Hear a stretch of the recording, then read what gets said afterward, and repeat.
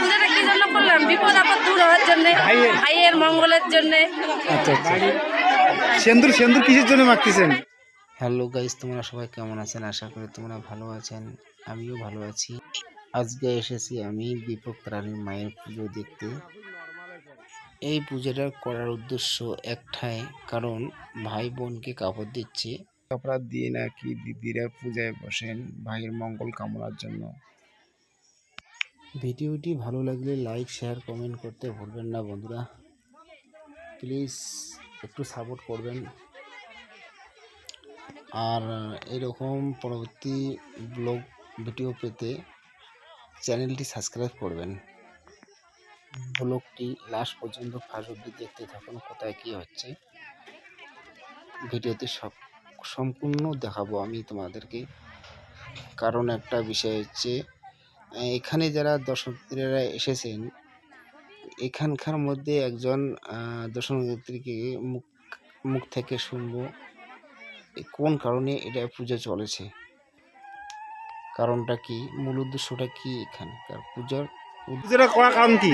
পূজাটা করার উদ্দেশ্য হয়েছে এটাই যে ভাই বোনের বিপদ দূরে চলে যাবে, তাই সবার মঙ্গলের জন্য, সবার ভাই বোনের মঙ্গলের জন্য এই পুজো করার কারণ। আচ্ছা আচ্ছা। এই জায়গাটার নাম কি? কেরলানাটা জিগেতুলি সাতটারি। আচ্ছা আচ্ছা, ঠিক আছে।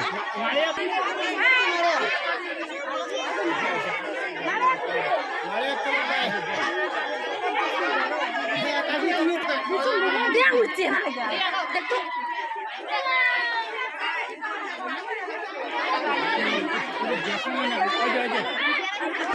তোমার পুজোটা কি জন্য করলে?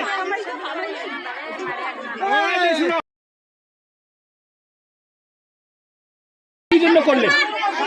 পূজাটা কি জন্য করলাম? বিপদ আপদ দূর হওয়ার জন্য, ভাইয়ের মঙ্গলের জন্য। আচ্ছা আচ্ছা। সেন্দুর সেন্দুর কিসের জন্য মাখতেছেন? আমি রায়ও যেতে অনেকদিন ইয়ে হয়। আচ্ছা আচ্ছা, ওই জন্য না?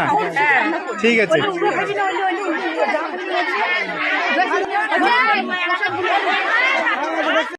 মায়ের এখন বিদায় বেলা।